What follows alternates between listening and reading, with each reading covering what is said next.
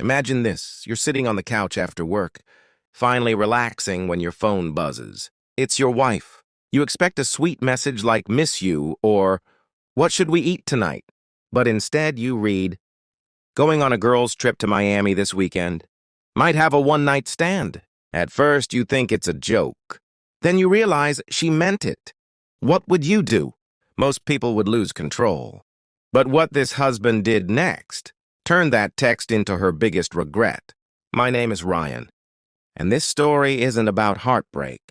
It's about revenge served cold, calm and unforgettable. My wife Samantha and I had been married for 6 years. We weren't perfect, but we were solid, or at least I thought we were.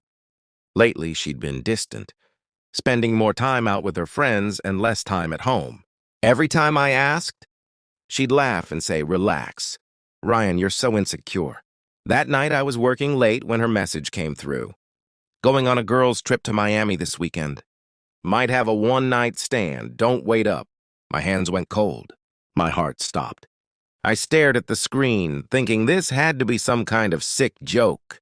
I replied, "You're joking, right?" But she didn't answer. Instead, I saw the 3 little dots blink, then disappear. I sat there, stunned.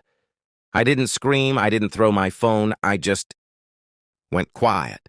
And in that silence, something inside me changed.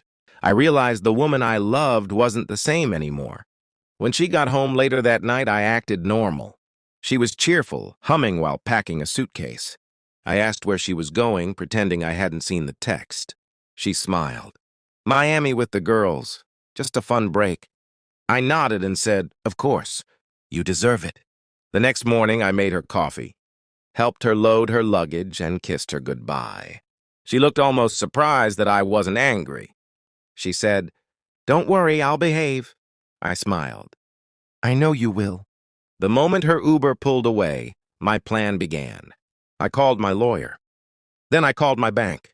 Samantha and I had joint accounts, shared property, and even a car in my name. Over the years, I'd saved quietly. Investments, business profits, everything. Within 48 hours, I had frozen the joint account, moved my savings to a private one, and called the real estate agent to list our house for sale. 2 days later, I saw her Instagram story. She was at a rooftop bar in Miami, dancing, surrounded by friends. But I noticed something, a man's arm around her waist in one clip. She probably thought I wouldn't see it. She was wrong.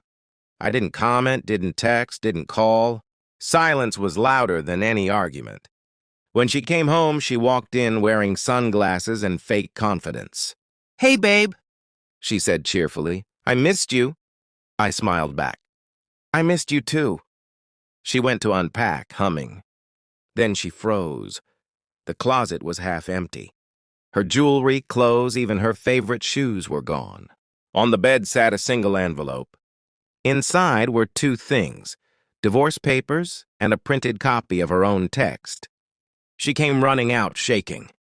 "Ryan, what is this?" I said calmly. "You wanted a one-night stand. I'm giving you a lifetime of freedom instead." Her face went pale. "You can't just—" "I already did," I interrupted. "The bank accounts are in my name.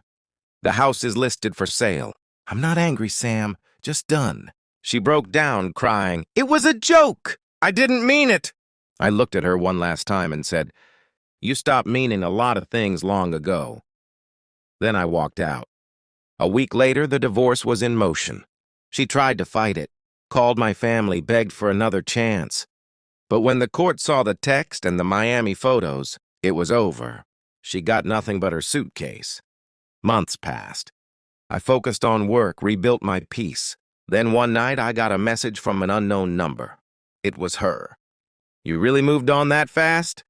I replied, "No, I just stopped waiting for someone who left long ago." I never heard from her again. Later, a mutual friend told me she'd been struggling. Her friends dropped her.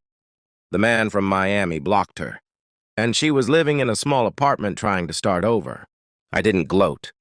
I just smiled. Because sometimes, revenge doesn't need fire or shouting. It only needs silence and self-respect. The last photo I posted was me on a beach, not Miami, but somewhere peaceful, with a caption. Sometimes the best trip you'll ever take is away from the wrong person. And I meant every word. If you liked the video, please subscribe and turn on notifications.